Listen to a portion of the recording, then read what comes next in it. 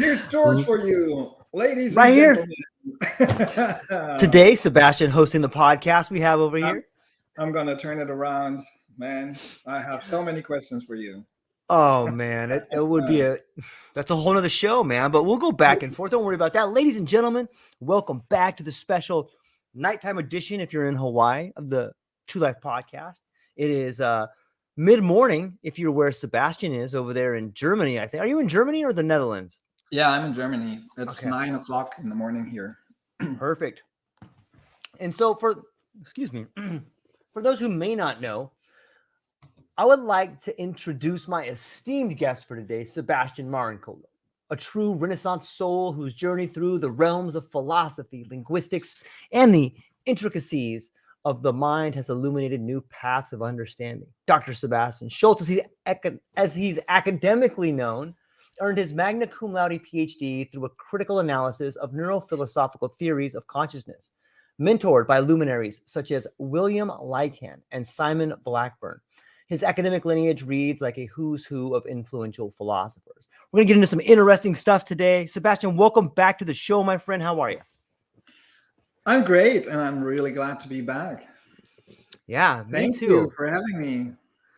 Yeah, I'm hopeful that we'll make this our a once a month endeavor into exploring some new ideas. I think it's a great way to. I'd love that. Yeah, me too. So let me just start off with this one. I was talking to a grower friend of mine here in Hawaii that used to grow large amounts of cannabis in California. And he kind of grew at a time when things were getting into dispensaries and he got to see the landscape change. And one of the things we were talking about is the way in which soilless mediums have fundamentally changed the high, have changed the way in which the high is. Maybe you could speak on that a little bit. What's your thoughts there? About how soil, how the quality of the soil changed the high. That's what you were talking about. I would say, like, not only that, but they've used soilless mediums in some ways. Like they'll just put them in a cube, put them on a wall, and it's mostly because of testing that came in and all these ways that they needed to have everything right for a dispensary. But yeah, that was the main question. Yeah. It's an interesting question because I had the privilege to work in the pharmaceutical industry in Germany. We imported for the first company that imported Canadian cannabis. And so they set up I'm not going to name the company because I don't stand for it anymore. But they built a production facility in Denmark. And they have a zero pesticide policy. And I remember we had discussions there that the problem is really if you have testing for the pharmaceutical industry, it's very rigid, of course. It's hard to get the pesticides out because, of course, the pesticides already come with the nutrients you give the plants, because the nutrients come from plants that probably haven't been or have been harvested in places where you have some pests. They are everywhere. That's how you see how the pollution in the world comes back to us. Yep.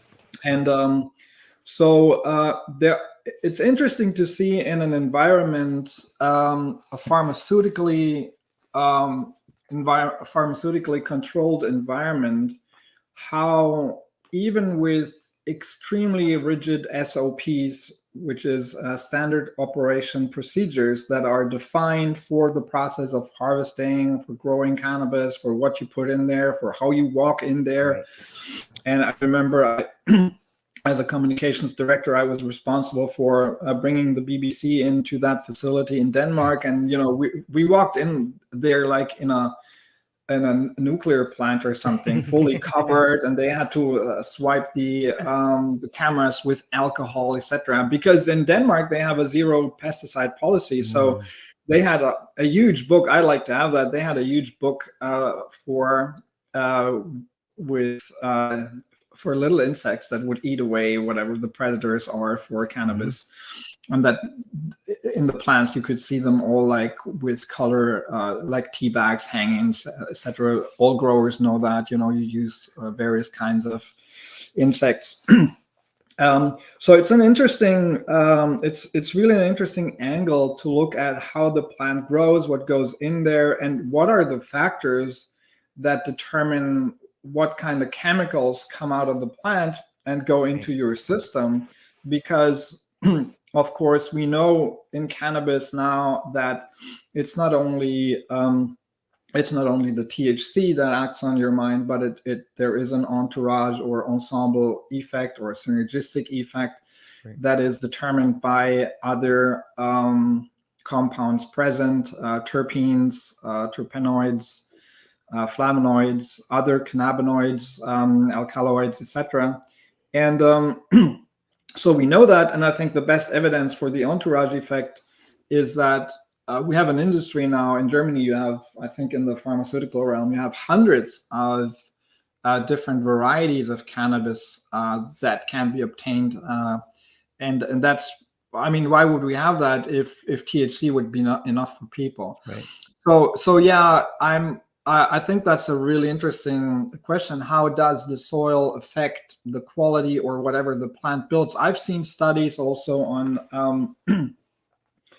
how the lighting affects the terpenes and the cannabinoids that are built in the plant.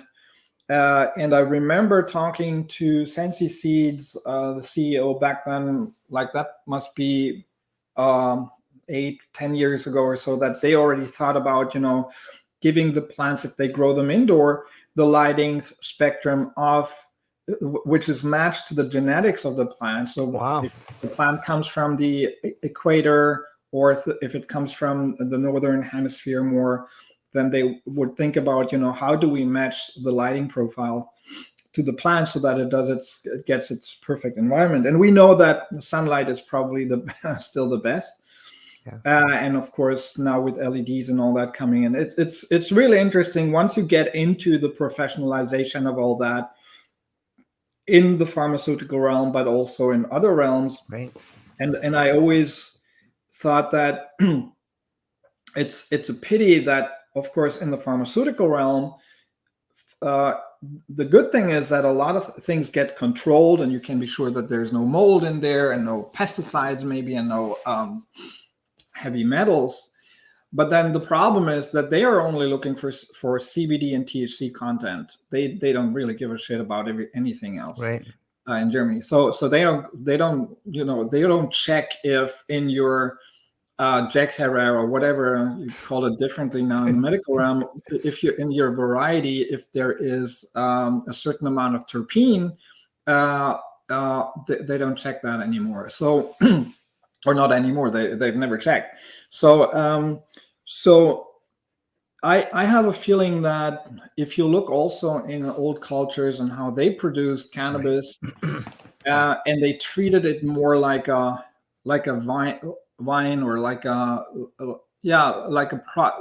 piece of art to produce the product, and they came up with production methods that then ended up in way better material than you would find in the pharmaceutical market, because some of that stuff is, I remember when I went down and looked at at the cannabis, at the quality, it was too dry, right? Because of course the long way it had come and it had been stopped at customs, etc.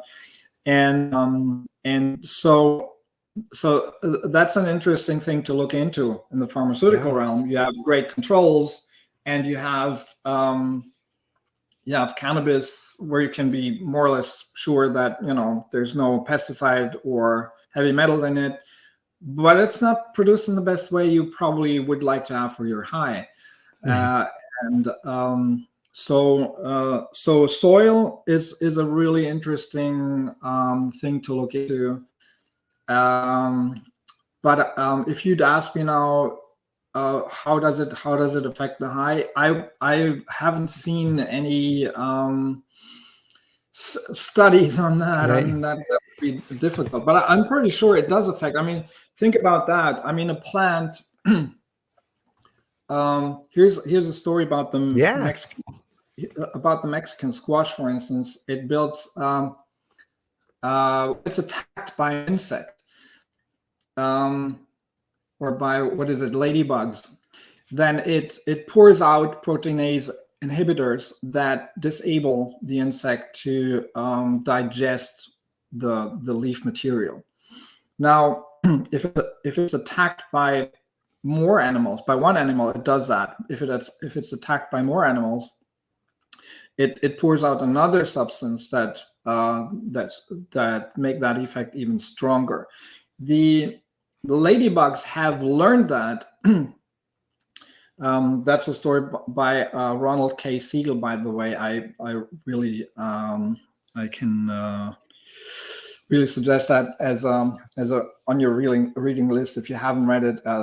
Intoxication, the book by Ronald K. Siegel.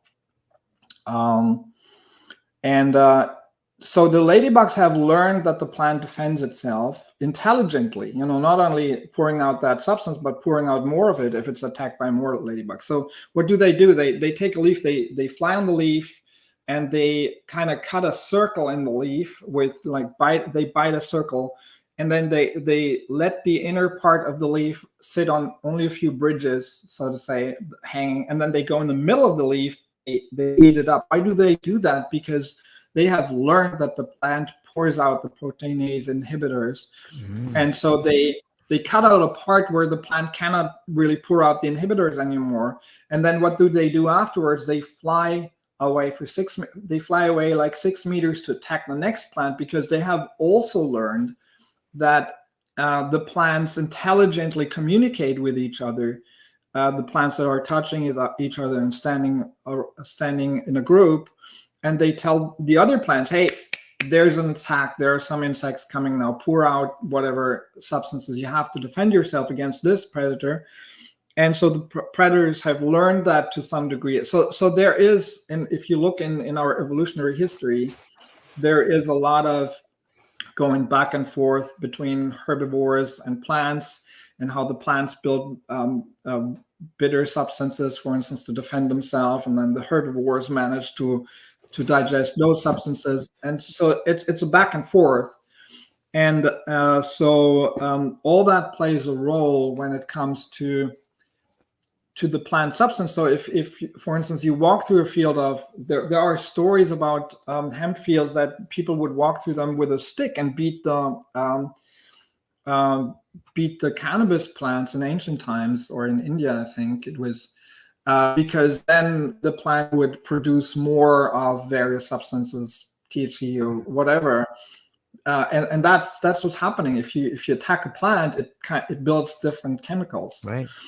So it's not only it is the soil, but it's also other substances. And I'd like to look into. I would like to see people looking into what the effect is on plants. And both. I mean, you could look into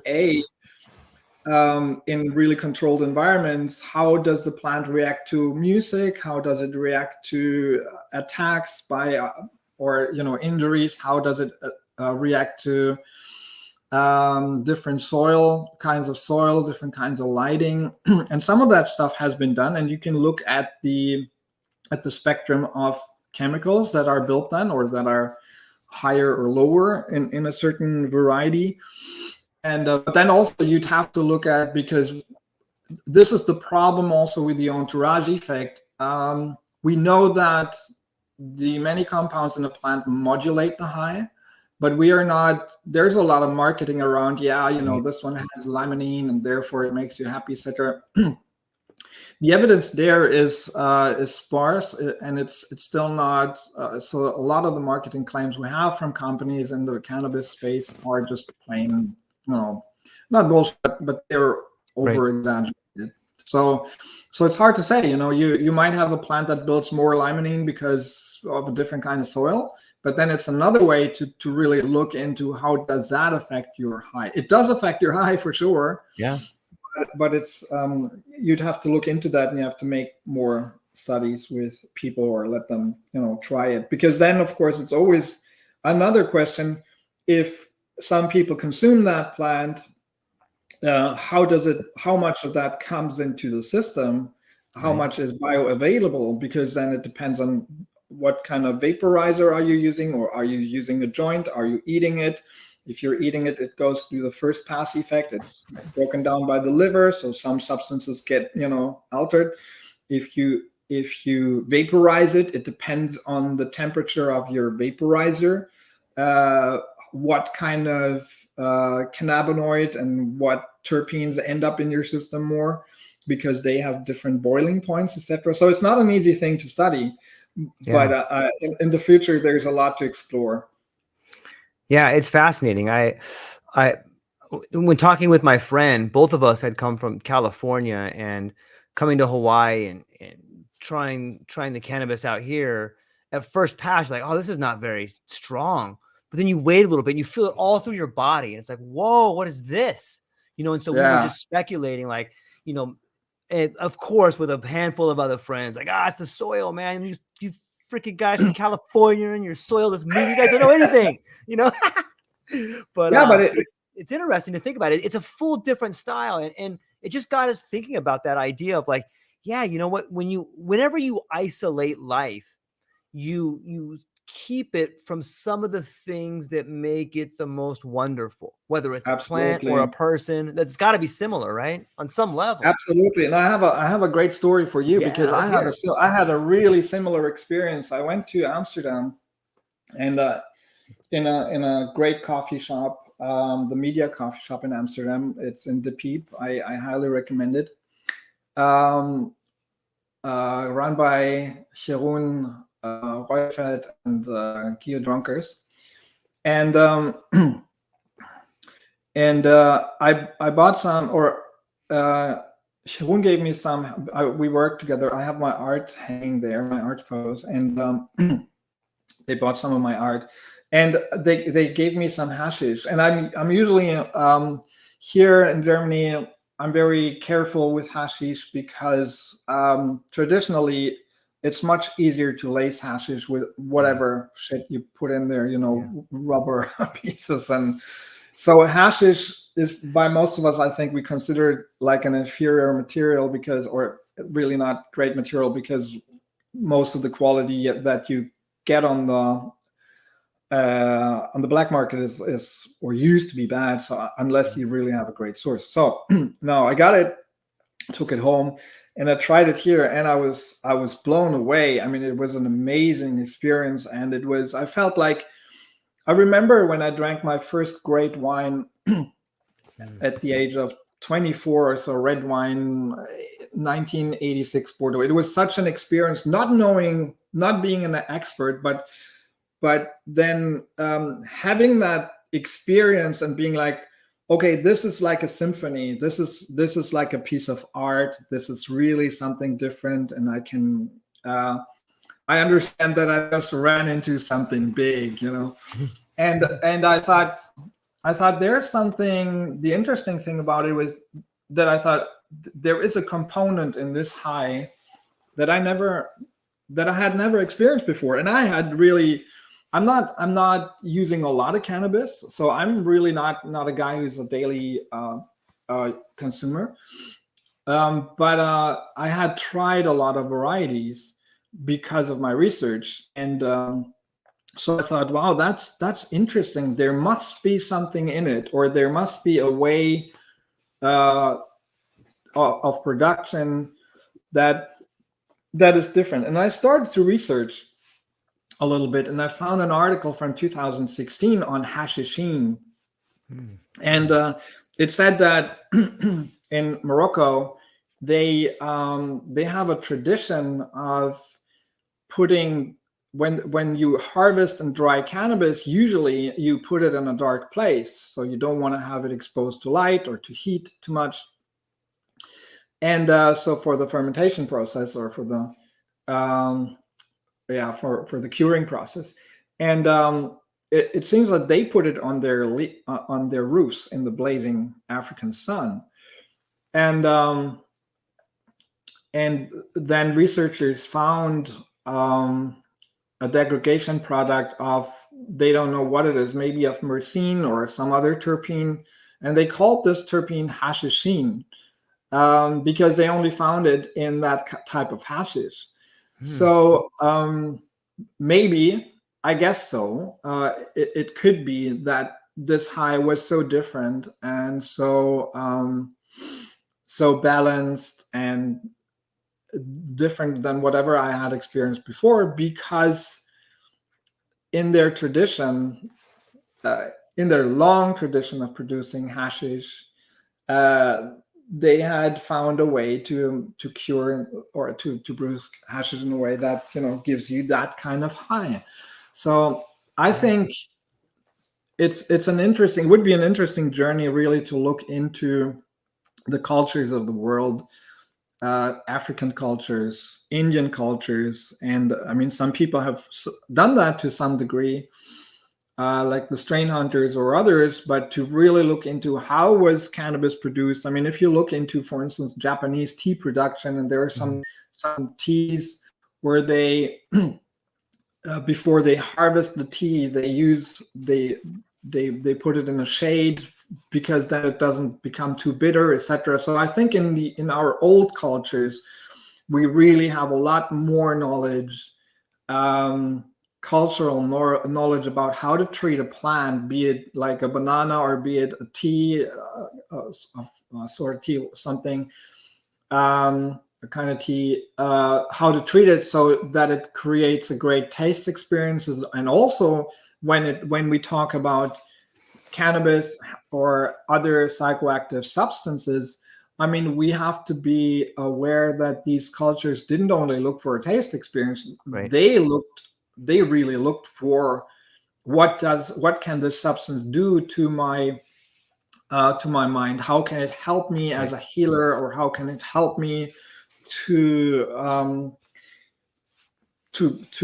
obtain a great mental state? So I think there is a lot to be found, and combining that with new methods of analysis, to look into, like what I just said. I mean, we can now look at the chemistry of the plant, and we can find some things like hashishine that are new compounds.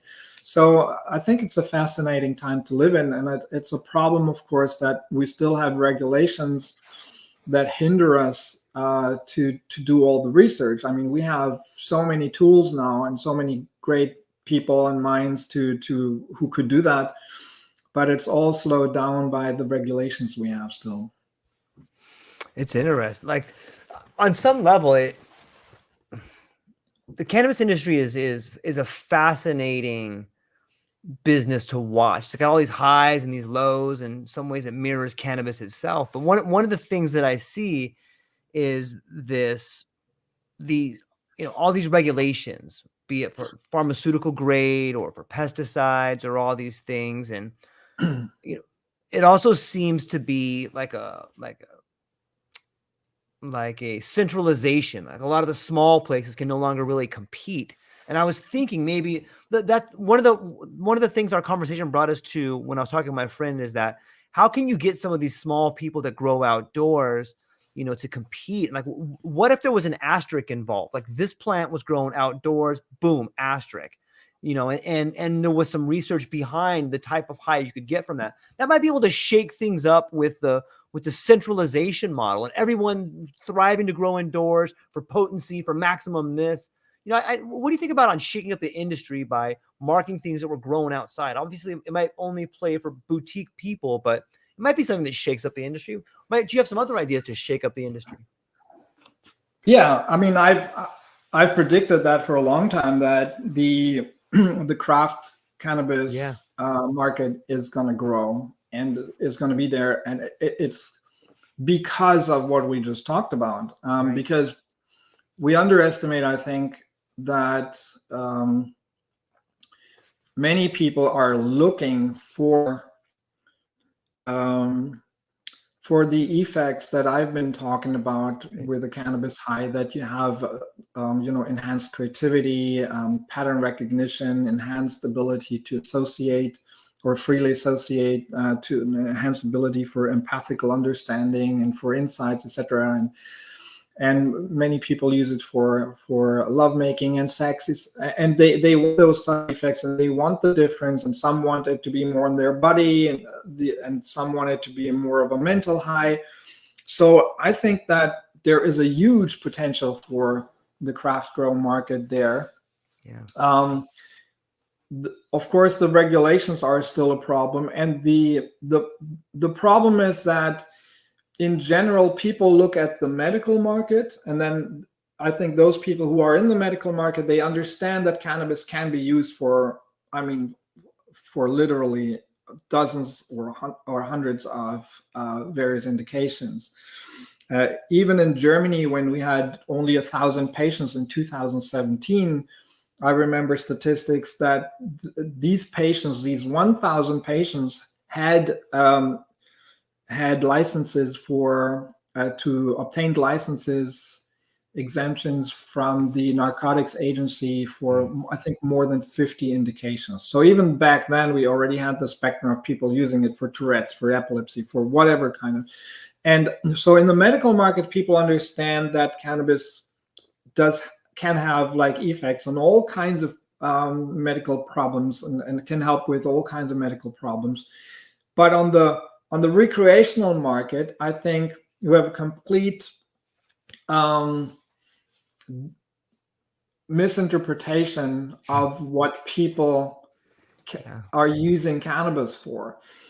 And there is some truth in it. I think there are a lot of people who are using cannabis in a more or less one-dimensional way. We talked about that, like the dazed and confused part, or I call it the happily dazed and confused thing, which is, you smoke cannabis and you're happy and you're laughing and everything is hilarious, and your mind is fragmented and you forget about what happened today and you forget about the problems you have tomorrow that you have to solve, and then you're in the moment, which is a great thing. You can, but it also helps you. It also can enhance or can be a problem for your escapism and to just run away from problems. So it definitely helps you with stress.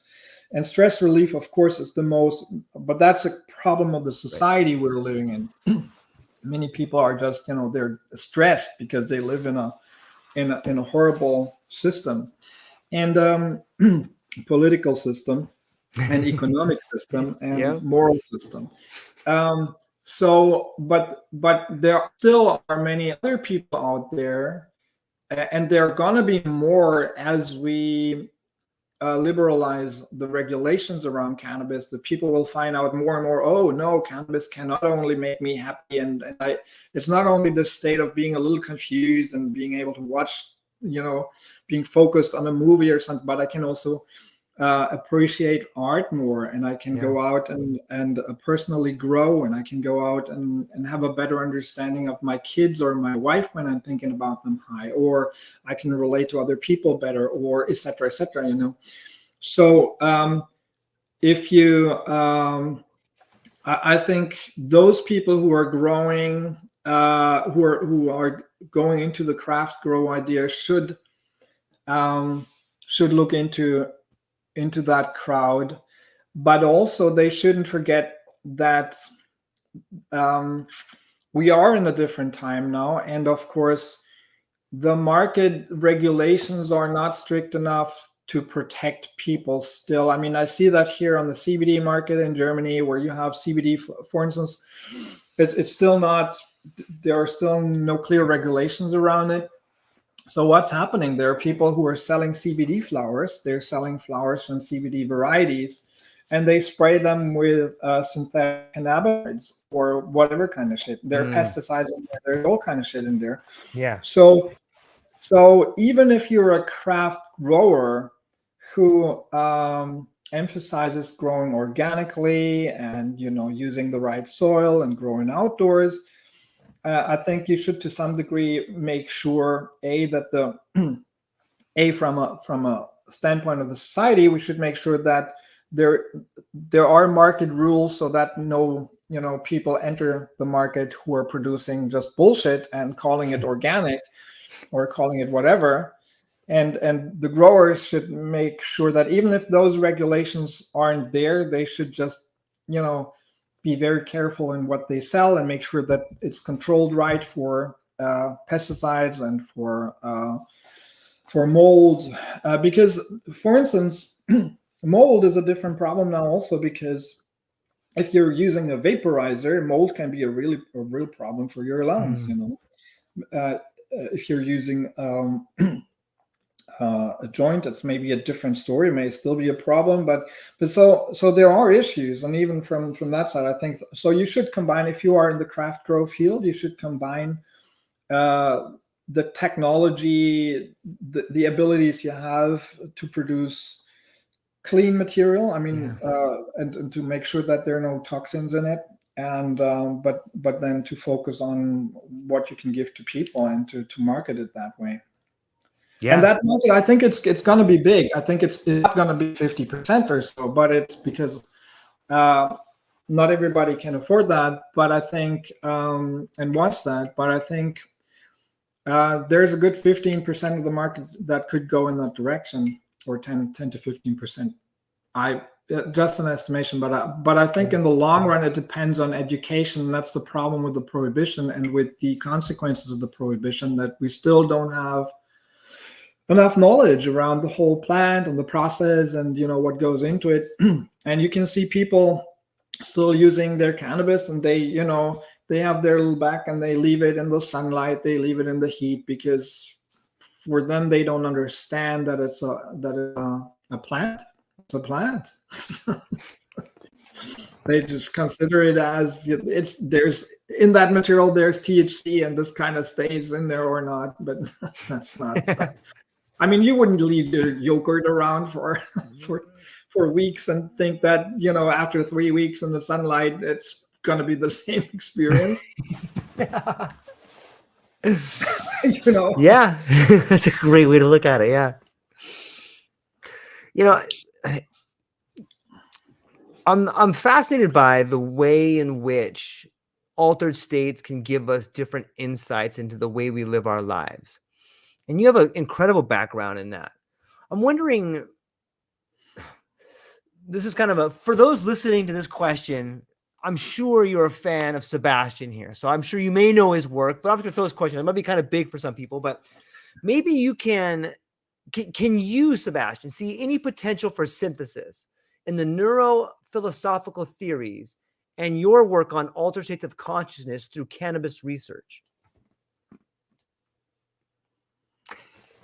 What do you mean by synthesis? Like, I think I understand the question, but I'm just want to make sure that I understand you correctly. So it seems to me that there's evolving ways in which we're understanding consciousness. Yeah. Right. And if we look at cannabis research, we're looking back. We've already spoken about how they would come through and they would beat the plants to produce a different type, and the way in which they looked at the high was much different. Is there a synthesis there? Are we looking back on hey, this particular research is showing us how we can model reality in the future with these theories? I would put it this way. Okay. I think that my research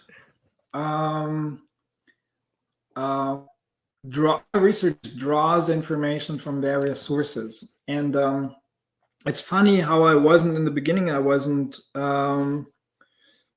aware of the fact that my research is to some degree anthropological, or I wasn't too much into the anthropological research, but it turned to be, and then anthropological to some degree, because I'm talking to people who are users. I'm trying to find out their stories and what they say about the effects. But also to growers and to the whole subculture, to those who are those who came up with new varieties, etc. And that to some degree is an anthropological component in there. But I also drew knowledge from the neurals, basically from all the sciences, the cognitive sciences, the neurosciences, neurophilosophy, that are trying to come to a better understanding of how cognitive abilities like creativity or empathy or introspection, how do they work? I mean, we must be aware of the fact that today we have a very limited understanding. I mean, we are really far in neuroscience and we are really far in the mental sciences, but when it comes to a really deep understanding of what happens in the brain and how does it manage to what shapes those creative processes or empathic processes. We have hypotheses and we have theories based on models of the human brain and about how neurons are connected, connectionist network models, etc. But we're learning. We're at the beginning. So I use some of that knowledge and I try to use it to characterize the effects of cannabis on the human brain and try to import some knowledge. But I think that my hypotheses could then become really important for those who are looking into the architecture of the brain, how it works. Because if we find out how cannabis can, for instance, enhance empathic understanding of others, we might learn something about how empathic understanding works in general. Because I believe, and in my new book, elevated cannabis as a tool for mind enhancement, which is more of a scientific enterprise. It's a deeper investigation of that.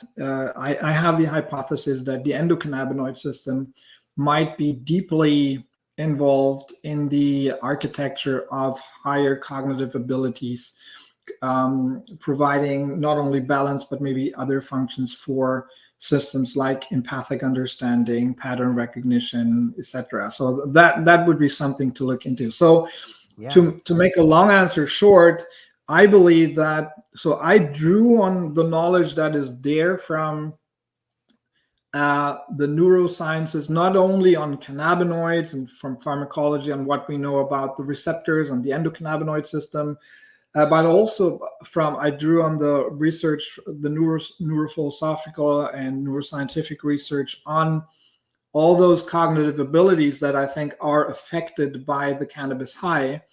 But then I came with that knowledge and with the knowledge that I added from myself, my own experiences, but also from my anthropological research, from my research of literature, of what people like Baudelaire or Walter Benjamin or Carl Sagan or Billie Holiday or Louis Armstrong, who all reported on their cannabis use and in detail what they had to say about it. And then I tried to come up with hypotheses and to import that back into neuroscientific theories of the human mind, because I think, and that's not only about cannabis, but that's about psychedelics, of course. The psychedelics are an amazing source, and cannabis also. I once called it the Alice in Wonderland route to understanding human consciousness. Is that we take that route not only to understand what altered states of consciousness are, but what consciousness itself is. I mean, we are at the beginning. I mean, we know a lot, and we are in the century that has brought about the most, an avalanche of knowledge about, and in the last century, new knowledge about the human mind, especially once we understood, and that came late. I mean, only in the 50s, 60s in the world, people started to import the insight that our mind has, our consciousness has evolved. It's a process that comes out of evolution. And Darwinism, hit the world much earlier, 50 years earlier. So people understood that, maybe maybe we had an evolution. Maybe it was not a God who created everything. But it took a while for people to understand in the sciences of consciousness that it took them a while to take it serious, how, that we have to look at the human mind as a process that has undergone an evolution, and it's the outcome of a long evolution and biological evolution. So So I think we are now learning more and more about it, and it's an acceleration. And we should use the science, and we should use the knowledge that we have on psychedelics and on consciousness. But the problem is, of course, that if you look at psychedelics, many smart minds in the last 40 years didn't get the funds anymore to research. They were these are more, they all had to work somewhere on the fringe, and they are considered more a lot of them are considered as, kind of lunatics. And like myself, I mean, I couldn't pursue an academic career. I knew I was done with my academic career when I chose to research cannabis.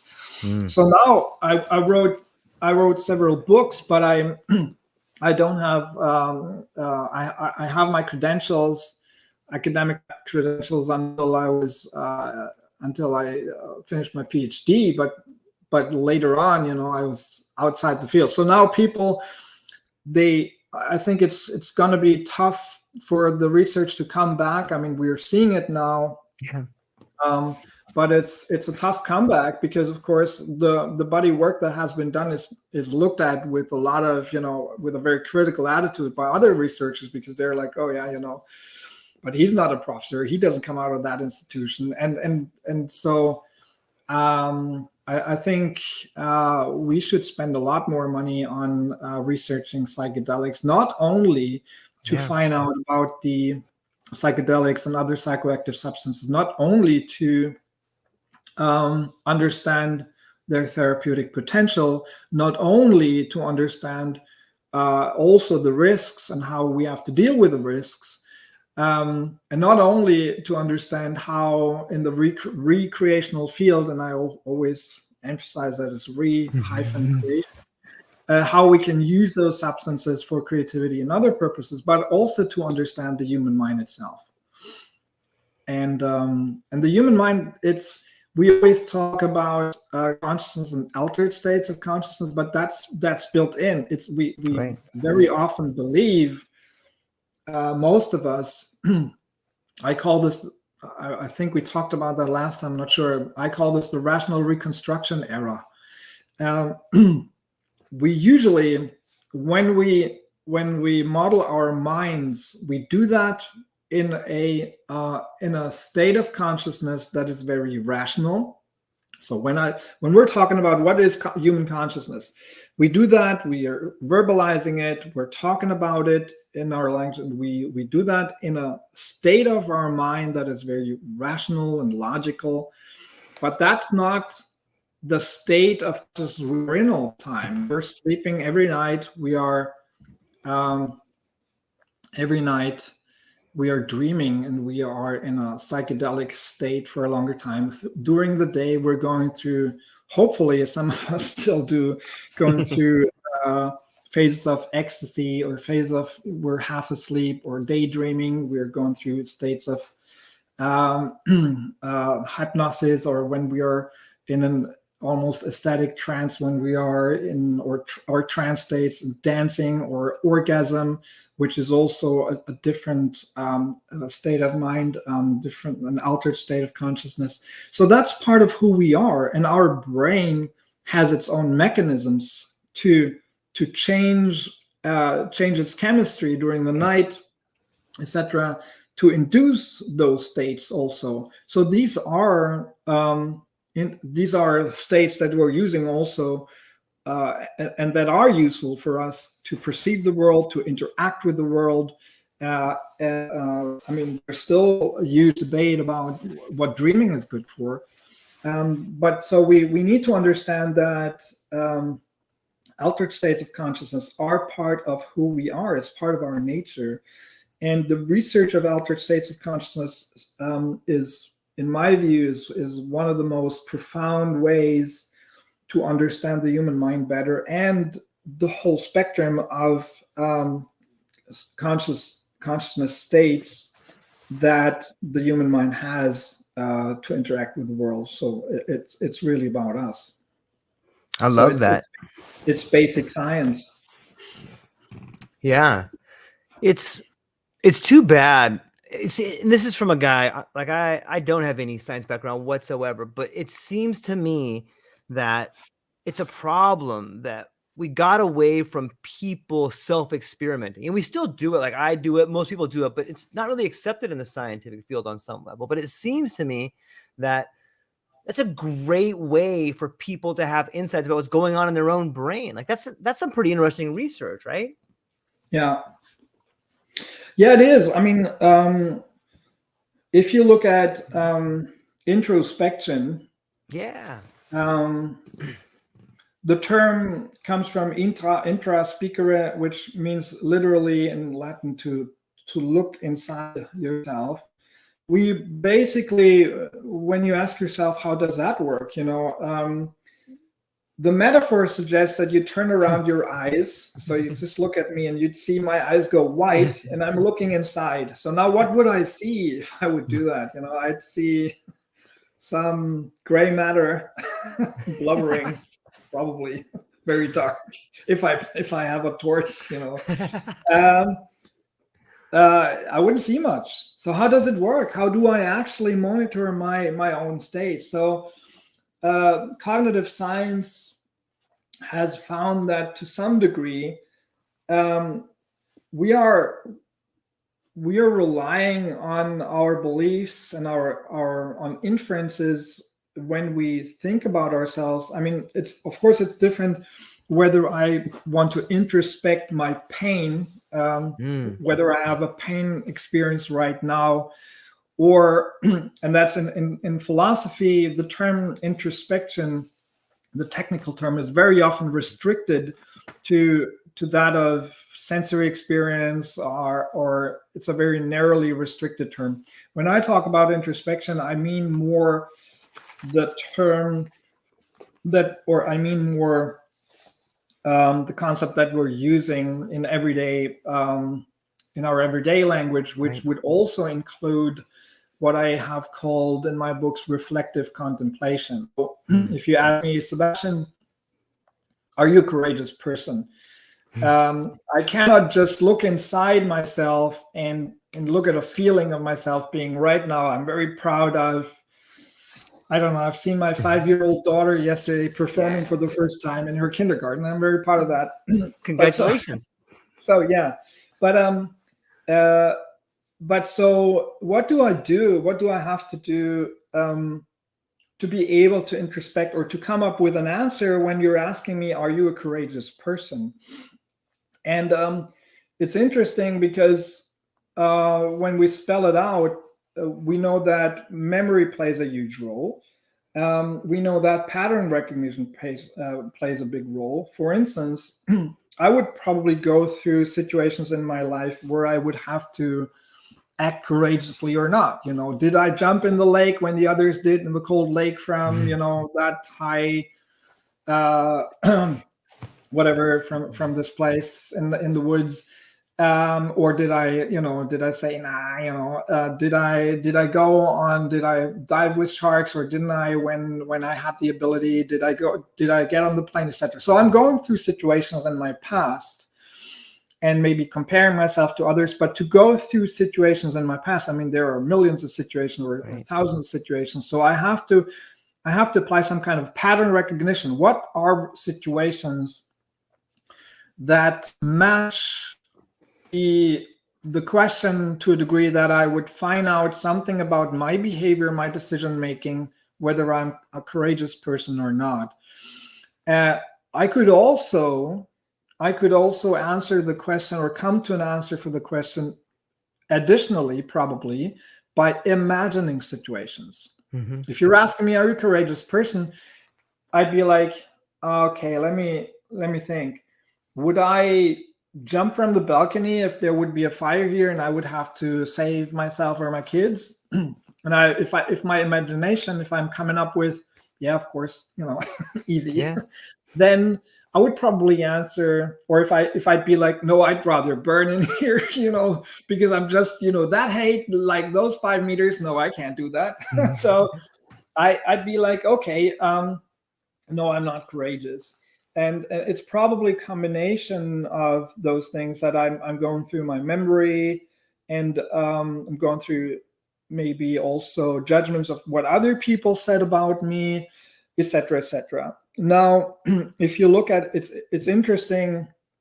If you look at the effects of a cannabis high, I wrote extensively about how a cannabis high can help you to retrieve episodic memories. So during a high, you're suddenly able to better go, or to almost relive memories from your past.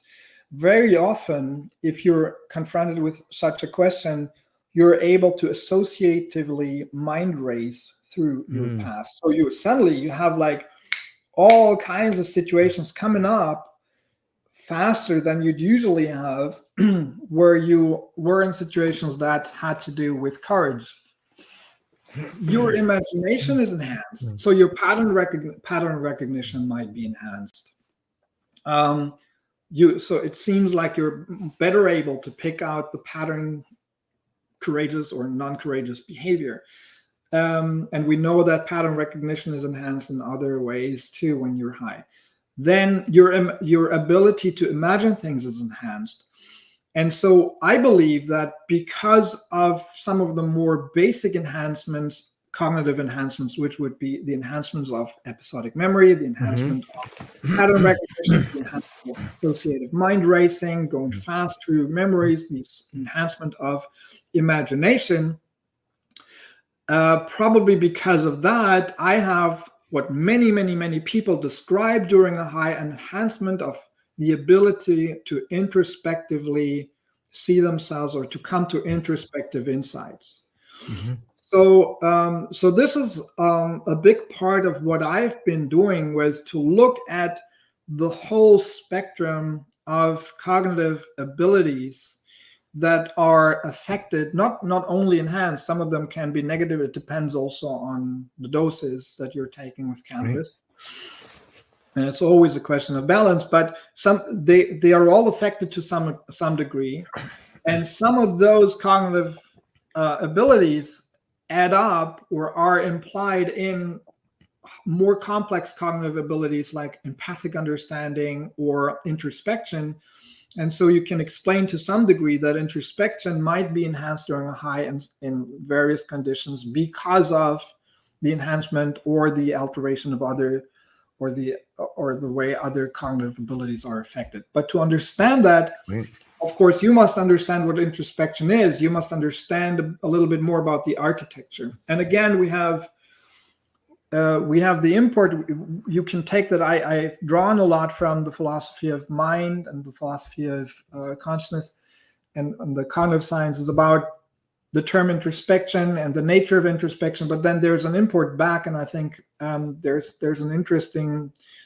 are interesting hypotheses about introspection coming from my research that researchers there could look at and say, hey, maybe the endocannabinoid system is involved in some of these processes. Maybe we better understand how those things are related at the architecture level. Thank you. It blows my mind to think about that. On a follow-up question, like, let's say there's someone that uses cannabis on the regular, or psychedelics on the regular, and they do find themselves having this new way in which to thoroughly navigate the landscape, be it introspection, or they have a heightened sense of imagination. Do you think that it becomes even able to get to that state of awareness without the agent afterwards, or it might it atrophy if you don't have it afterwards? Does that kind of make sense? You know what I mean by that? No, I'm not sure about the question. Okay. Can you restate? Okay. So say for me, like, I do a lot of psychedelics. I eat a lot of mushrooms, and I find one thing that I really love about it is the fact that it does give me deep in introspection on myself, on my relationships, and it allows me to navigate this space of like, oh, okay, here's me and my wife were having this conversation. This is clearly a negative feedback loop. Wow, I can notice it. That's interesting how that happens. And now I know how to fix that. And now I know what it looks like, and I have this interesting perspective. If I don't take psychedelics for a while, I kind of feel even though I can get back to that place, I don't feel like I can really get there. And I'm curious if that's something that you have found in your use with cannabis or psychedelics. Does that state of awareness begin to atrophy if you don't have the agent to help get you there? Okay, I got it. That's a really, really good question. Thank you. There are a lot of interesting aspects in there. It was a really good question, as usual, coming from you. And by the way, you have a scientific background. You've probably read like more scientific books than I have. I read a lot, man. I talk to some cool people like you too. Degrees. So here's the thing. I believe that. Well, let me talk about my experience first. Please. I had the experience that, for instance, with imagination, that in the beginning, especially when I used cannabis in my mid-20s, I could visualize. I could really trip on cannabis, and they were not high doses, but that's probably also because I'm a very imaginative guy, and I worked as a creative director, so I could lay down behind on cannabis and see a swarm of birds flying into the cage, and then it was like a camera movement around the cage. The cage would open, the birds would turn into a different feature. Like I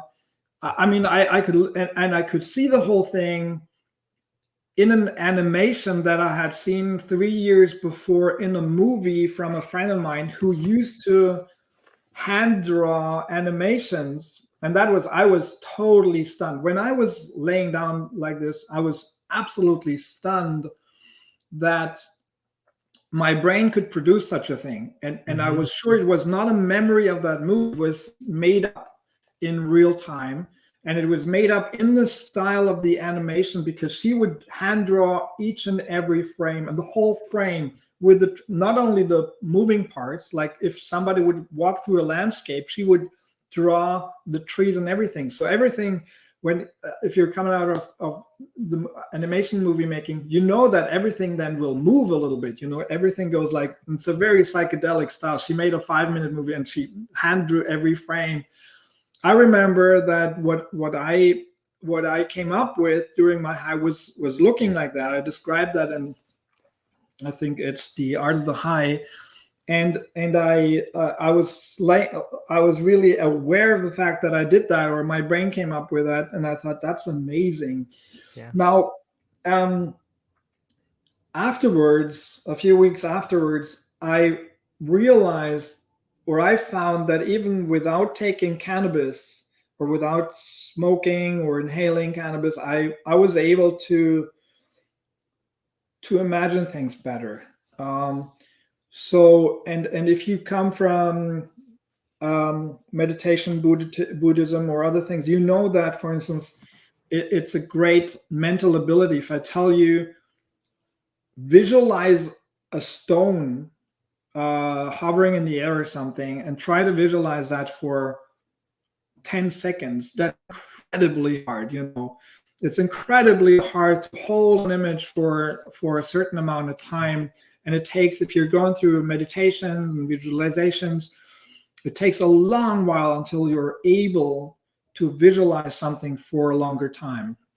Now, that's a real cognitive ability. And I feel that if you've done psychedelics or cannabis, that might help you to train it. And I believe that it might have long-term effects, that you are more, once you've done that, you might be able, but I agree with you and with your question, or with the gist of your question, which is that after a while, it might go away. And this is probably connected to what Huxley and others had to say, which is a very modern perspective on the human mind. I think we talked about that last time, that also, and that is the evolutionary perspective of the human mind, is that our brain is not there to open up to everything that's out there. Our brain has gone through a process of evolution, and it kind of closes doors of perception to a degree where you see things that are important for your survival. Example, when I'm walking through a door, and you can measure that. You can look at, there are experiments, I think, done here in Bielefeld about saccadic eye movements, where you film the eye movements of, and you can see that on the unconscious level when you look at a table, or when you, let's stay with the door, when you walk through the door, you, without making a decision, a conscious decision, you look only at the handle, because what are you interested in? Are you interested in the shape, the color of the door, or no, you want to go through the door, Right. So your eyes are looking at, where do I, what's important for you right now? You want to know where's the doorknob, where's the handle, how do I operate it? Do I have to turn it? Do I have to unlock it? What do I have to do to come through the door?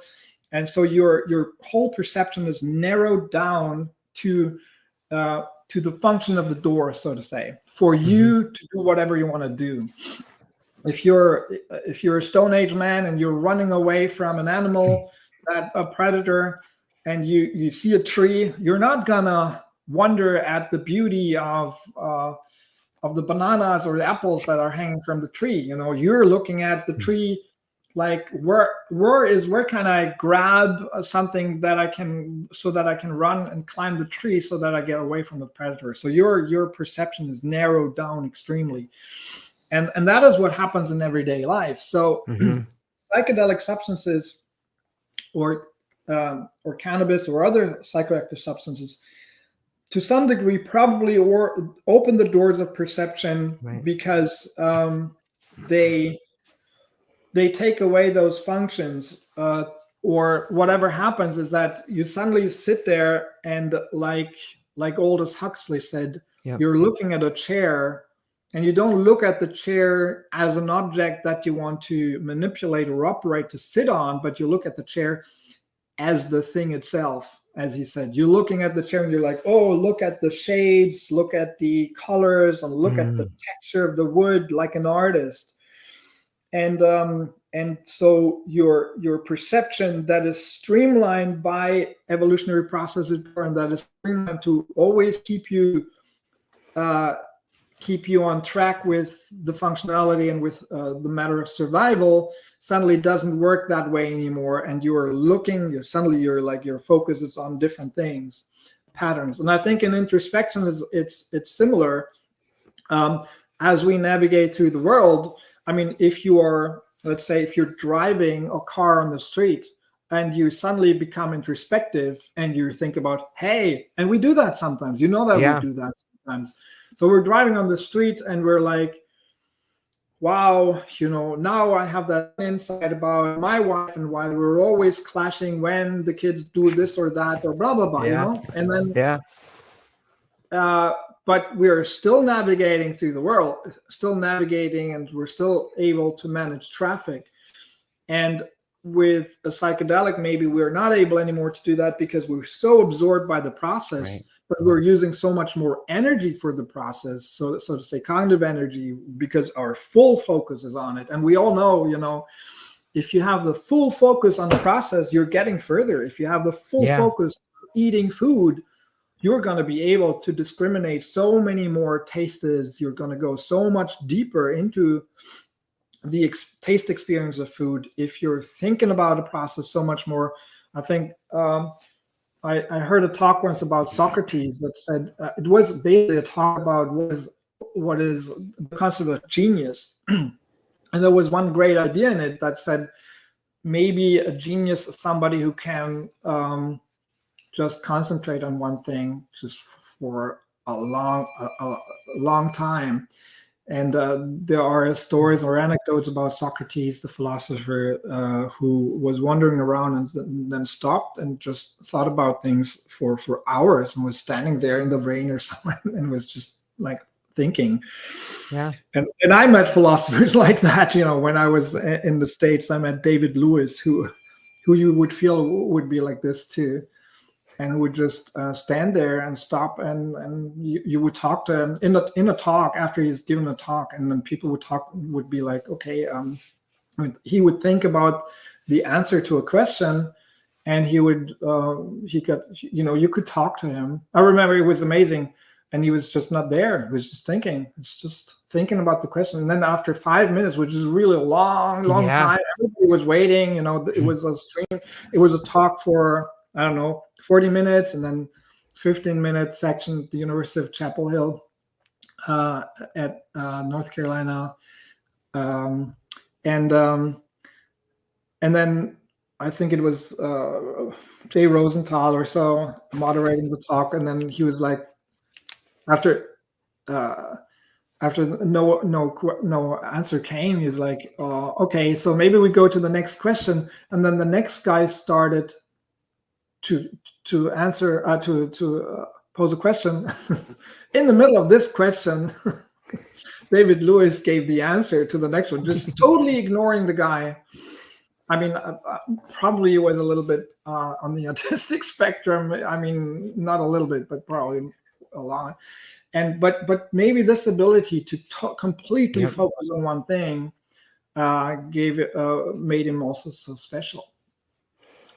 Yeah, I think that explains the absent-mindedness of times too. Sometimes people who, for me sometimes, or other people I know that use cannabis, sometimes it appears this person's pretty absent-minded, but maybe it's just all the focus, the light is on this one thing, so everything else falls to the side. Like, oh yeah, but that could be an evolutionary problem too. You might get eaten by the dinosaur if you're absent-minded, right?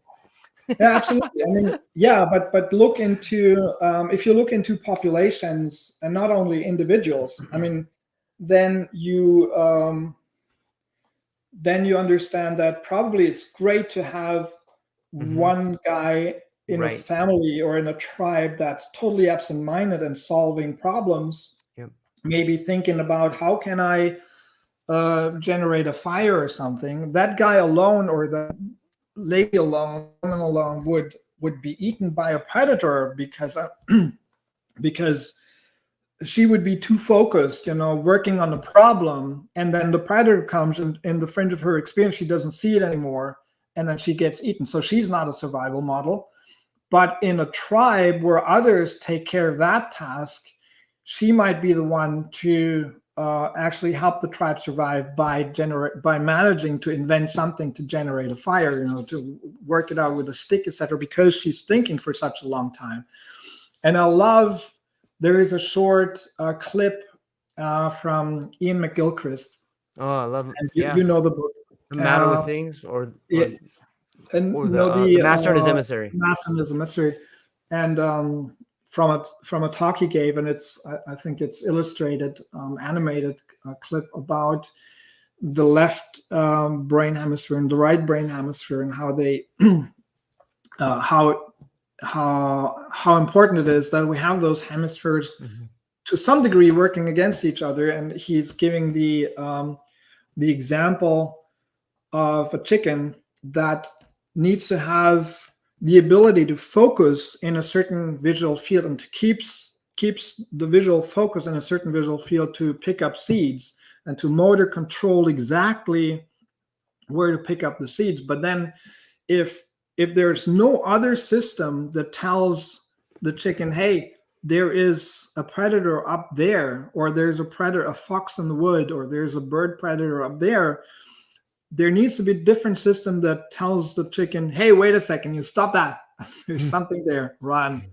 And now you can see in all of us that if it becomes too much, that if you try to concentrate on something and you always have that, oh, I'm hungry, I should, oh no, oh, somebody, there was a noise, oh no, so you become totally ADHD'd. Right. And or you are too focused, and then you're obsessed with something, and you don't see other things. And I totally agree with you, and we talked about that last time. I think especially cannabis, one of the fundamental effects I always talked about is the hyper focus of attention. That cannabis can hyper focus you on something, and I think that happens with other substances too, to some degree. And also the redirection of attention, and then we're coming back to introspection again, which is if we are looking at humans as they navigate the world, very often we are as we are awake, we're looking outwards. We're looking at where's the street, I have to talk to you, I have to do this.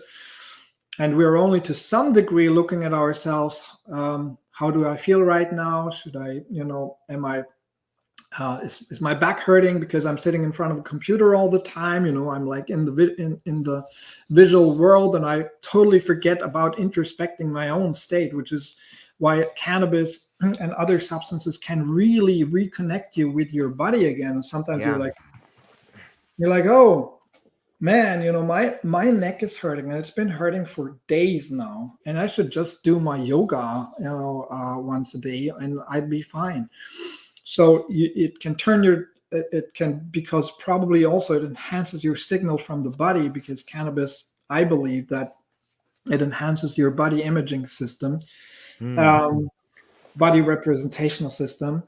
And so it reconnects here because it turns your attention to your body and focuses you sometimes more on the signals of your body, but also on it might be an introspective process where you're looking at your past. And then you have what you just called the absent-minded syndrome or so, that and if you look into that's why I mentioned also the philosophers or other academics, is that if you look at academics, everybody knows, or we know that they are running around and they have this absent-minded syndrome. Their shirt is buttoned up the wrong way or something, but we know that they're thinking about something intelligently, and they're not, they just have their attention. They just chose, or for some other biochemical reason, they've streamlined their attention to some other things that are more important to them. And I mean, my favorite story is about Norbert Wiener.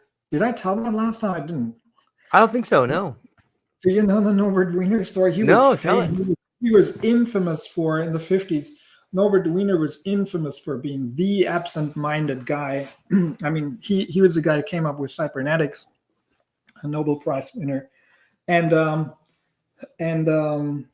he would walk over campus and talk to a student, and then after talking to the student, Norbert Wiener asked, so where did I come from before we talked? And the student said, oh, you came from there. And Norbert Wiener was like, oh, then I had my lunch. Okay, thank you. And but the funniest story about him I read is that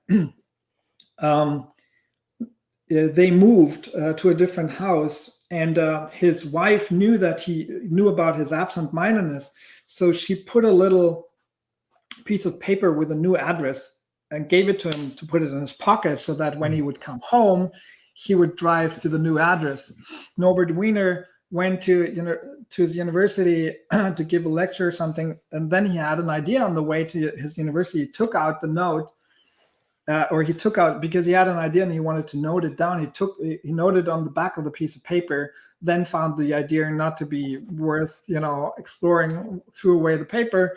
And after his lecture, he drove home to his old home, of course, and in front of his old home, there was so that's how the story goes. I'm not sure, but it sounds like if you listen to if you read other stories about Norbert Wiener, it sounds really like that could have happened. So there's a little girl standing in front of this home, and Norbert Wiener approaches the girl and says, hey little girl, I used to live here, but I don't live here anymore. Do you know where I live now? And the girl says, yes, Daddy. Mom said you would come here and take you today. So that might be an exaggeration, but hilarious. But actually, I've seen people like that. David Lewis was when he gave a talk in North Carolina. He was like that. It was amazing.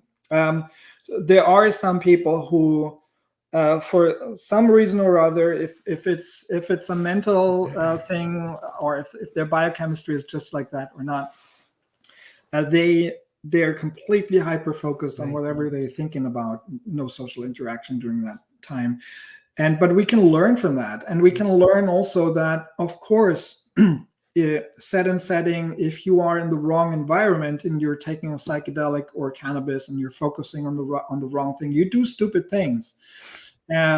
stupid and maybe dangerously stupid, you know. But you can do really funny, stupid things too. And we went into those stories last time a little bit. But that doesn't mean that you might be that this effect is only detrimental to your cognition. On the contrary, it could mean that it helps you to focus on something really hard, and that you make progress in insights, for instance, on your relationship or on scientific matters, and we have a lot of reports from people who told us that they had great insights, not only Sagan or Walter Benjamin. And it's not only that they said that they had those insights. We don't have to take them by their judgment, but we have to look at what came out. And that's what I tried to do in my article on, for instance, on Walter Benjamin, or in my book, What Hashish Did to Walter Benjamin. I have a long article on Walter Benjamin and Ernst Bloch in there, where I'm trying to reconstruct how they used cannabis, what they said about the effects it had, and how it then helped them, highly probably, in my view, to come up with new ideas and theories that really had a huge impact on society.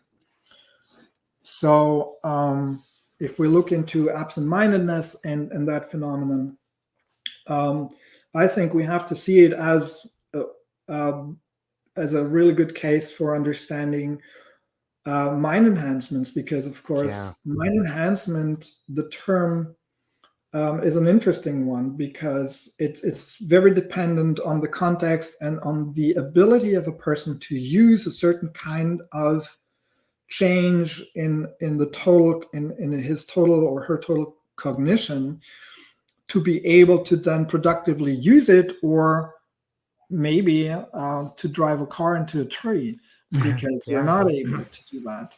So is it an enhancement? I believe you can call it like that, but it's still, like I said, cannabis as a tool for mind enhancement. It's a tool, and you need to understand how to use it. So that's an interesting, the absent-mindedness phenomenon, I think, gives us an interesting angle and understanding on mind enhancement, the term itself, and the problems and the potential of the alterations of cognition during a psychedelic or cannabis experience. I love it. You know, it brings up a fascinating idea that I've been thinking about for a while, and I'm sure other people have too. You know, right now, with all the regulations and the current state of cannabis or psychedelics, it's in this medical container, and there's a lot of talk about education, and there's a lot of talk about, you know, people finding healing. But it seems to me, and I'm hopeful that this happens, but the next phase may be what you're talking about, a tool for mind enhancement. And wouldn't it be nice to have a classroom where people could show you how to use this tool? Hey, we're all going to get in the car today. We're going to go for a drive. Okay, and there's going to be people that can do it and people that can't do it. And that's fine. But there should be actual places where someone who's really experienced sits down with other people who want to learn how to use this. Okay, we're all going to consume this today. I'm going to show you today. You're not going to drive, but maybe next week you might be in the driver's seat. But you know, I could see, and maybe that's happened in the past. Maybe that's what some of the mystery schools were, or maybe that's what some of the ashrams were. You know, it's like, you are going to learn how to use this tool for effective mind enhancement. Can you see that coming in the future? Are you aware of that happening now, or would you like to see it happen? Well, I think it's happening to some degree. With, you know, people exploring in California, people exploring, for instance, yoga with cannabis, or if to enhance. I have a connection. Nick Carras, is a sex therapist who reached out to me. A great guy, by the way, who integrates cannabis into his therapies, and I see that coming slowly, and there are various subcultures that are really far, you know, in their understanding of how to use cannabis or other substances for various purposes. But it's a long way, and in Germany, we're hoping that we're going to have a change in the law in the next year. Probably it's going to take longer than we're all hoping for. I mean, we were hoping for a full legalization or regulation where people could actually would have something like dispensaries, or so that's not going to happen. But maybe we're going to have social clubs, and we're going to have decriminalization of more than 25 or up to 50 grams. We're going to have people will be able to grow 3 plants at home. So that's a huge change coming here, hopefully, because government is shaky right now. We don't know if it's going to survive the troubles that are coming, but the liberal, green, social democratic government. So we're all hoping that this is really going to happen. But I think there are many people out there who are already experimenting themselves. But for instance, when I look into what's going to happen in Germany, even those who are liberal are trying to build very sensitive policies around cannabis use and cannabis, the whole market. But here, what's going to come with the social clubs also is a total advertising is going to be totally prohibited. And so, which is always done with good intentions, but it kind of pours out the baby with the water, because I mean, I've seen it. For instance, I'll give you an example. In Amsterdam, I think that cannabis is legal. It's not. And also there are strict advertising laws. I wanted to sell my cannabis macro photography to Sensi Seeds, and I did in the end, but they had to make sure that the photos of cannabis, and they are just photos of a plant, macro photography, artistic macro photography, they couldn't hang them in their offices that would have windows where the public could look inside, because that would be considered advertising for the plant. And so we don't only have those regulations for dealing with those substances or use or home use or growing, but we also have those regulations for advertising. And like I said, some of them or most of them are done with good intentions, so that you don't advertise a substance that also may bring risks to kids, etc. But a lot of them are, I believe, overstated, and they hinder us to actually bring educational programs. And so education is a difficult thing. I remember also in Canada, when they introduced cannabis, medical cannabis, the Canadian companies, they could directly talk to their patients. So their patients would call the producers and would ask, okay, what do I use this variety for? And they had experts sitting on the phones telling them, yeah, maybe you use this one if you want to sleep better, this one if you want to have chronic back pain. In Germany, if somebody would call us as a pharmaceutical company, as a producer of cannabis, we would tell them to just talk to their doctors, because we were not allowed to talk to them at all. I mean, we could give them some general information about THC or something, but we couldn't, because it's considered still a narcotic here. There are really strict laws about narcotics. And so we could see that education was difficult, and I still think that it's going to be difficult worldwide for people to go out and educate people, because or to explore those uses, because not only of the prohibition of the trade, but also because of advertising laws. But it's so we have to be aware that there are hardly visible barriers to the education of the whole field, which, if you look at it in a positive way, once that goes away slowly, then we're going to have a lot more possibilities, to talk about craft grow, to talk about cannabis, or to talk about cannabis and meditation, to talk about cannabis and how to use it, maybe, for instance, in psychotherapy. Yeah. I mean, I remember Lester Grinspoon, who became a dear friend to me, and who wrote the foreword to one of my books. He said that if he had another life, then he would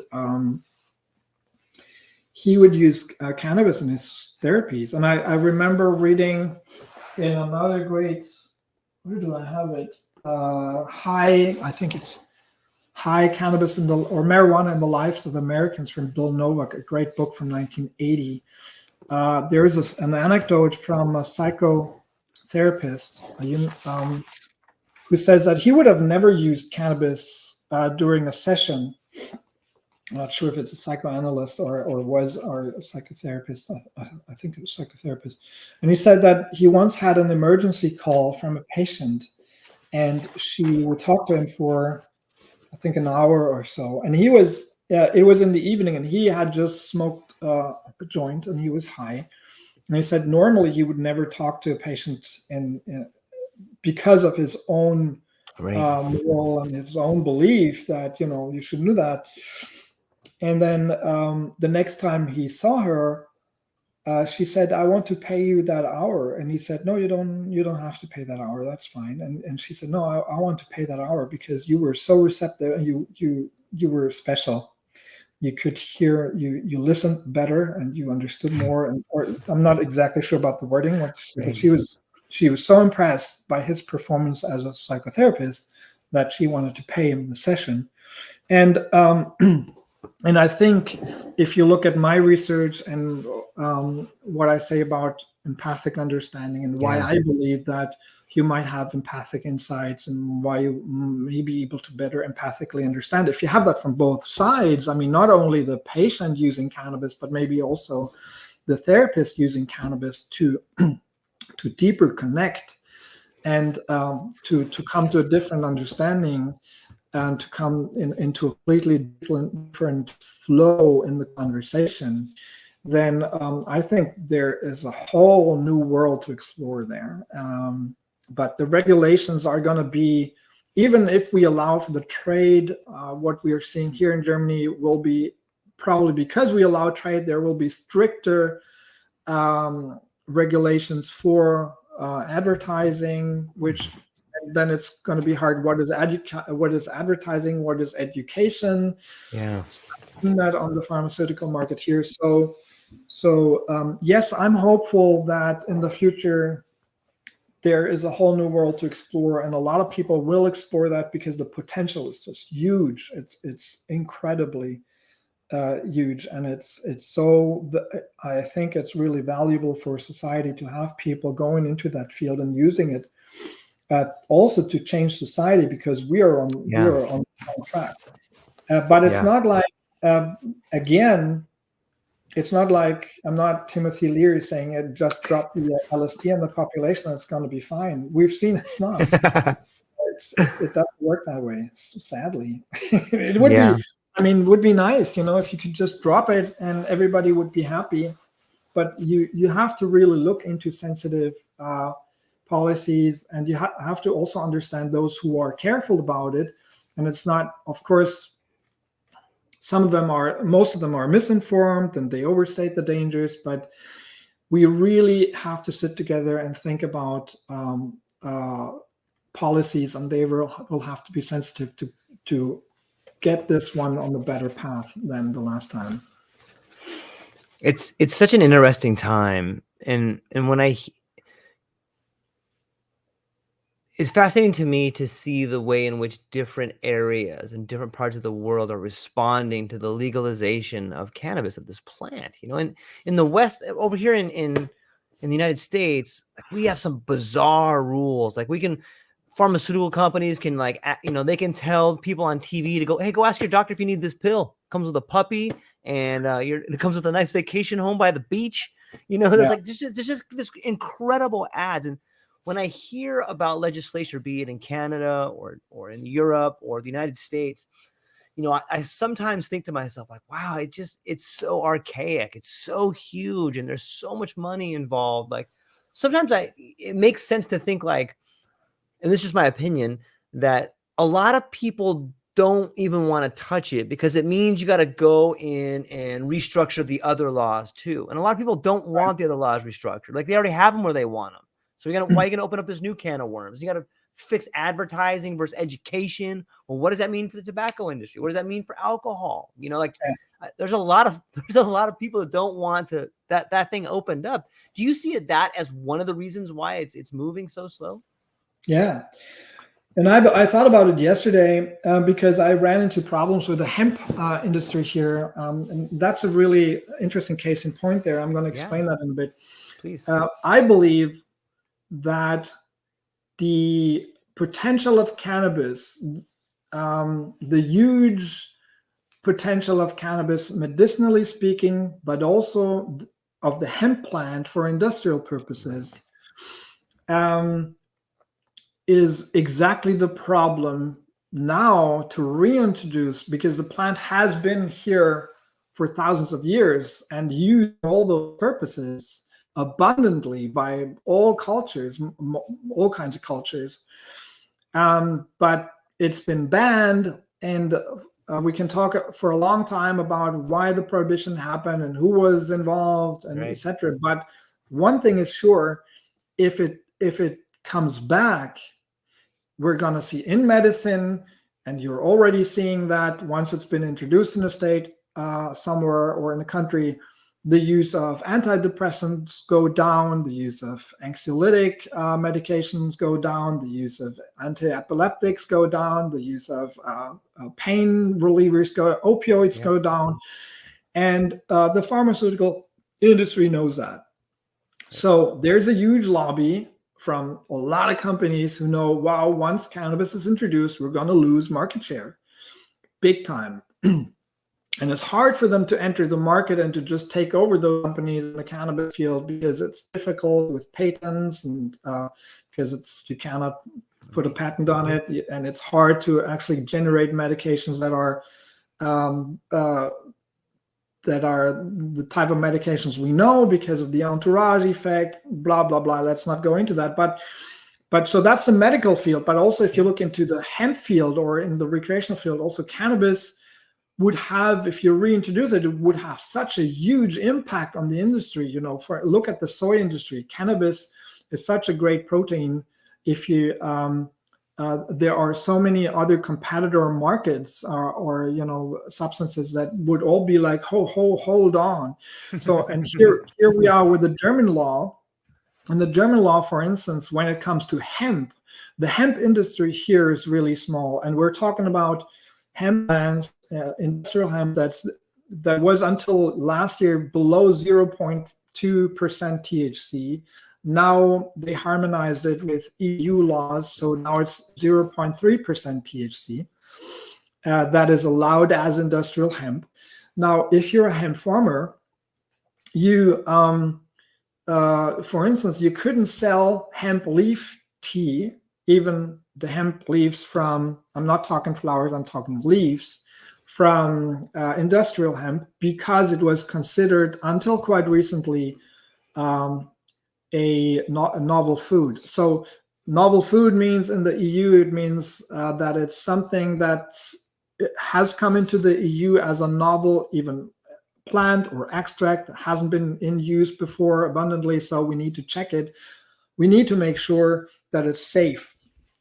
Quite recently, the EU Commission said, oh, no, it's not, because some people, the EHA, came and said, European Hemp Association came and said, no, it's not a novel food. It's been here before, and they've proven that it was in use and it doesn't need to be checked. So now we have that out of the way.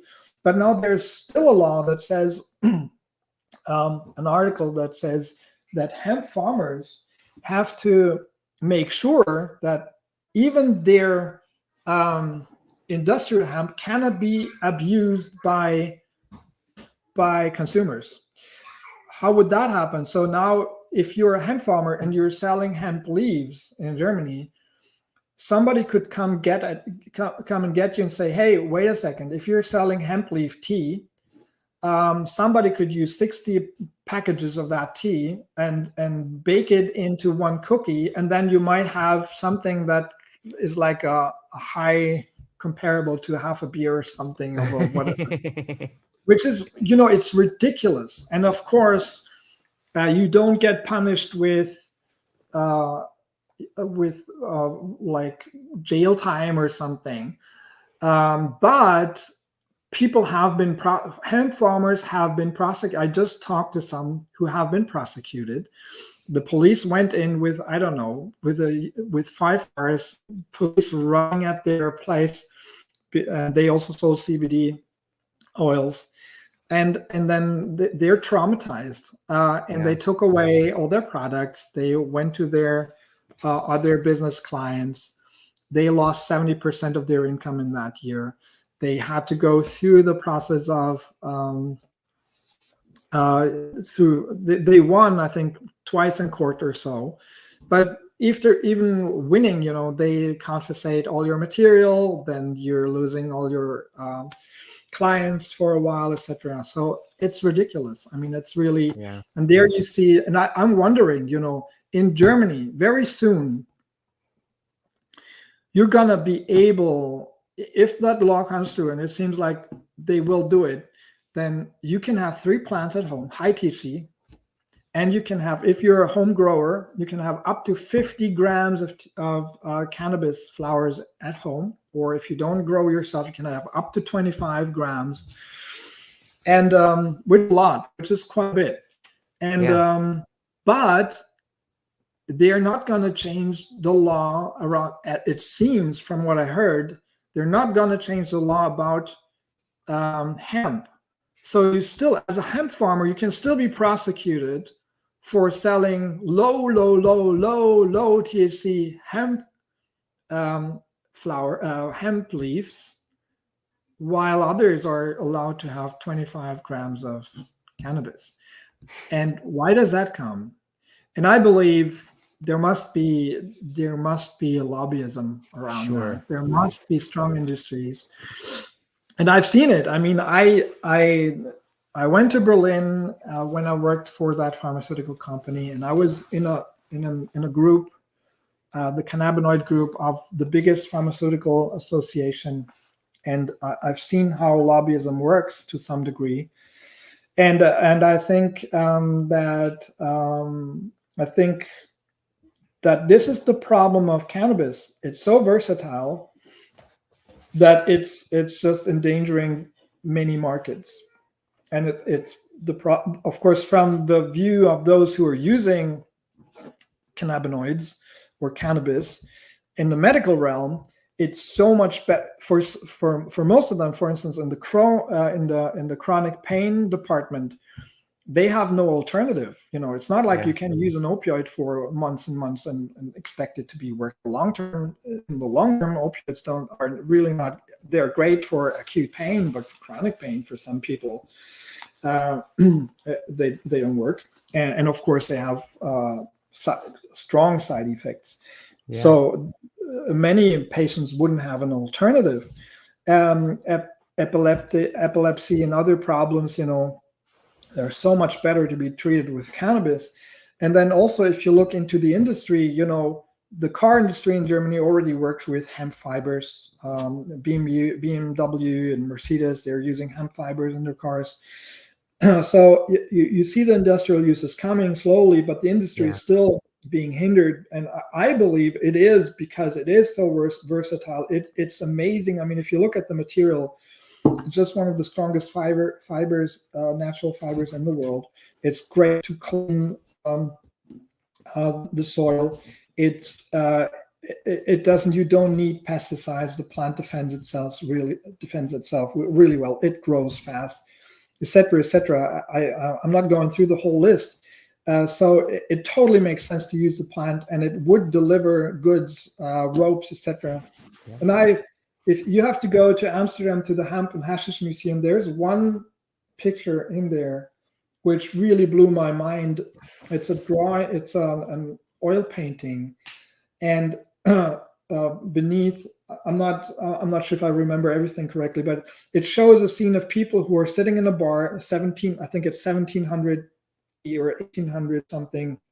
I think it's 1700 something, and there's a lamp burning, like a light, a candle, something, an oil lamp, sorry, and the people are drinking and smoking a pipe or something, and the subtitle says, or it says, okay, these people are wearing hemp clothes. The oil lamp is run by an oil from hemp. The painting is drawn on canvas. By the way, comes from cannabis, the word. So the canvas was made out of hemp fibers. The oils to draw the painting are made from hemp oil on the basis. And so the people wear the clothing. They're drinking. I think they're drinking, or they're smoking hemp also, or cannabis. So basically, it's all cannabis.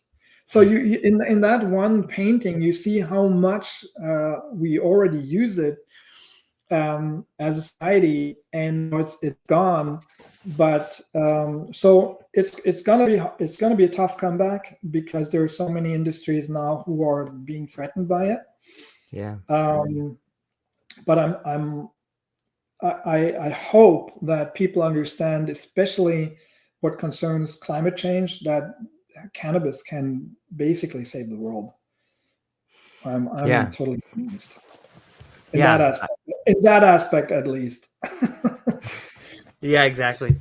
Yeah, I'm hopeful people will, on some level, get to the point where they, I don't know, maybe it's demographics, maybe old ideas are dying, and the resistance to them are kind of being brought in. But Sebastian, I love talking to you, man, and I'm really excited that we're going to be doing this at least once a month. I love the insights, and again, I think that I got through maybe 2 of my questions. So, it's always so fun to begin with something. I'm sorry. I really came in there and said, I want to answer more questions today. It's perfect the way it is, because I'm a nonlinear guy, and I just love to see where the conversation goes. I think the audience likes it. I love figuring things out and just talking about them. Yeah, of course. But you have all these books, and we didn't even though you may have mentioned the titles, we didn't even get to go through them at all. So maybe before I let you go, can you give us the titles of the books and what you got coming up and what you're excited about? Yeah, I'm horrible at advertising. Yeah, here's a quick run through, because I hope that people didn't. Well, this one is not available anymore. This is High Insights on Marijuana, and this is basically like a doctoral thesis where I first explored the whole field. That came out in 2010, self-published, because I couldn't find a publisher back then.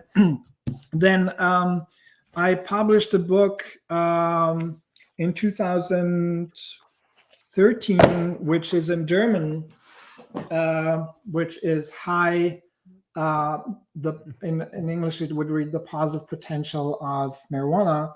That's the one with a foreword by my friend Lester Grinspoon, and with 7 essays and a lot of my cannabis photography and my art photography, which awesome. Made a big splash in Germany, and I made it to television and everywhere here, because I had tried to compress my stuff into small essays and also have a visual concept of how to introduce people to the plant, under and not going into all the associations that you would normally have. Then I started to write an expert blog for Sensi Seeds in Amsterdam, and based on those essays that I prolonged, and then I got back to them, and I put 20 of those essays in my book, What Hashish Did to Walter Benjamin, which is also an exploration not only of the individual effects of what cannabis can do to your mind, and how it can lead to certain kinds of enhancements, but it's also about what cannabis has probably done also for societies. And I look, for instance, not only at the use at Walter Benjamin, but I look at, I have an essay in it on the early evolution of jazz, where I look at how Billie Holiday, Louis Armstrong, and others used cannabis for its mind enhancements. And it's amazing also to read, for instance, many people don't know that Louis Armstrong was a great writer. He had his crazy jargon, and he wrote a lot of interesting things also about cannabis. And I think he once said that his autobiography could well be titled Gage, and Gage was the code word for cannabis back then. He was a daily user, and here's another great book recommendation. Really the Blues by Milton Mesmero, who was also a musician playing with Louis Armstrong, which is an amazing book. Here it is. Let's see. If you're interested in jazz and in the whole story also about jazz and cannabis and what cannabis did for jazz musicians in the early days, I mean, this is the book for you to read. Read the Blues by Milton Mesmero. More about that some other time. Then I wrote in German and English, The Art of the High. I published that in 22 here, The Art of the High, Your Guide to Using Cannabis for an Outstanding Life, which is really a short and minimalist guide for those who want to use cannabis for those enhancements that I've been talking about. You can read that in 3 hours. I think it's quite entertaining and very hands-on. It's very focused, not on cannabis as for medicine or whatever, but it's really focused on how can I use cannabis for various mind enhancements, and it's very hands-on. And then recently I had the privilege to get published by Hilaritas Press, and this is Elevated, Cannabis as a Tool for Mind Enhancement. So for those who are scientifically more interested in the subject, it's not only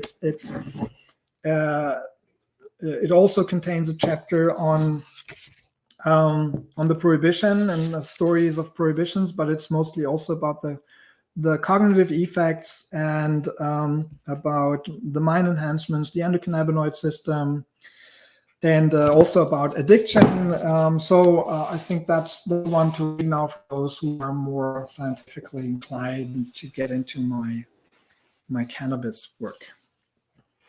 Yeah, I would recommend. See my advertising section is short. It shouldn't be. There's so much good stuff in there, and I hope people will take time to go check them out. And as we continue with our talks, I'm sure we'll get into more about what inspired those. And was each one of those books inspired by a different relationship with cannabis? Oh, that's a good question. I think the dynamics of publication was a bit different. It was not a different relationship to the plant, but probably to society. That was more a factor, because my first book, I remember I had a really great, I wrote to more than 200 literary agents in the States for, and I got a lot of good feedback. Most of them wrote, "Hey, that's a great project, but I don't know who I'd sell that to." And one guy he had sold a lot of books, a big agent, and he almost jumped on the train, but then he was like, "I can't do it because you're writing about your own experiences." And so he came from the side of psychology, and I realized that my approach that includes my own experiences is for a psychologist. In philosophy, that's for many who come from the phenomenalist tradition, that's totally fine. They're like, yeah, of course that belongs in there. From this tradition in psychology, they would be like, "Oh, you're prejudiced. You're also using your own experiences." Nah. But so that book kind of dropped. I mean, I self-published and never got anywhere. I remember I had great feedback from people like Michael Bacchus and Jason Silva came back to me. He was the first one, I think, to respond. He was like, "Hey, man, this is awesome." And then since then, we've been in contact. But so I thought about what can I do, and I worked on a book with Lester Grinspoon, which never came out. Sadly, "Marijuana: The Blessing" would have been the title. That's a long story in itself, but I that's what delayed my book, which was to come out earlier. But then I thought about, okay, how can I get my research more into the public mind? How can I actually get through those and taboos and go around those prejudices, etc. And the outcome is high, das positive Potenzial von marijuana. And the imagery is in this book, because this book is the new book, Elevated, is based on the imagery of that book. Yeah. And so that's how the next book came out, was basically learning from the experience of my first book, that I think I came up with interesting research, but nobody was interested, or nobody would listen. And then the second book was, like I said, it made a big splash in the media here, even in 2013, when we didn't even have medical marijuana, with a very provocative title. The positive potential of marijuana is like, it's like, whoa. So that was, and it came out for one of the biggest publishing houses here in Germany. And then I think The Art of the High also was a project where I said, okay, I want to now go directly to, now I wondered why I never published it for that book, because it's really about telling people about the risks and minimizing the risks and being very hands-on on giving them a guide for how to use cannabis for mind enhancements. And then I had the chance to go back to Elevated with Hilarious Press, the publishing house of Christina, the daughter of Robert Anton Wilson. Mm-hmm. They read, one of my readers who read What Hashish Did to Walter Benjamin got me there. And that was an amazing experience, because this book is so well edited. I'm really still amazed by their work. Richard Raza mainly, but also Michael Johnson helping me, and Christina enabling the whole project. And What Hashish Did to Walter Benjamin, which came out in 2015, was based on my blog, where I was able to actually sell my essays to Sensi Seeds, and that was translated to 5 languages. So it was more my books trying to following the course of trying to make my way in a really difficult publishing world. Yeah. Than a different relationship. But I think my later books, of course, have benefited from my pharmaceutical, my knowledge in the medical world also. But the relationship kind of stayed very similar, I'd say. Yeah. I like it. It's curious to hear the titles of them and then try and see where you are in your life, like The Art of the High and then Elevated, you know what I mean? And it's cool to me to draw my own comparisons and be like, oh, look at this trend, this action right here, this over story that's happening on top of all the information inside of there, man. I'm super stoked. I can't recommend it enough. Everybody you should be down in the show notes checking it out, and looking forward to our next conversation coming up next month. And we'll hang on briefly afterwards, Sebastian. But even though we talked briefly about the books, I don't think we mentioned the website. Where can people find you at? Oh, yeah. You can find me at Sebastián Marincolo DE. And I have all my books on there. There are many essays on there. It's a blog also. Book essays, and find the news on whatever's happening, and the podcasts I'm on. Some of them, of course, are in German, but most of it also I'm in international podcasts. So if you want to follow my work and maybe get into some of my work, you can read it all there. If you want to read my stuff in Spanish, you have to go to the Sensi Seeds blog, or other languages. but I think it's a great. My website is a great start to get into my work, and because people have all kinds of interests. Some people want to know more about creativity. Some people want to know more about how to use cannabis for sex. Some people are more scientifically inclined, and some people really want to use it for themselves. And so it's all in there. You can just check my website, I guess. And also, I'm working as a consultant. So if you reach out to me, just drop me a mail. If you want to have, I'm working as a life consultant, also a life coach, and or also for business, for companies. If you want to, for instance, know more about how to build a strategy around your craft grows, etc., just reach out to me. I think I can look back to a very long life of experience with cannabis in all kinds of areas, professionally and personally. Yeah, without a doubt. For anybody listening that may be looking for some consulting or speaking, or anyone that just wants to thoroughly understand the relationship between behaviors, intentions, and the cannabinoid system, I think there's no better person than Sebastian, hands down, with a background. Well, look, I'm telling you because it's true. It's mesmerizing to talk to you and like, people should really try and read your thesis and understand the background with which you're bringing here. Because I don't think there's anybody that can touch it. Like intentions, behavior, and the cannabinoid system. Maybe that should be the next book, But you're crushing it, man.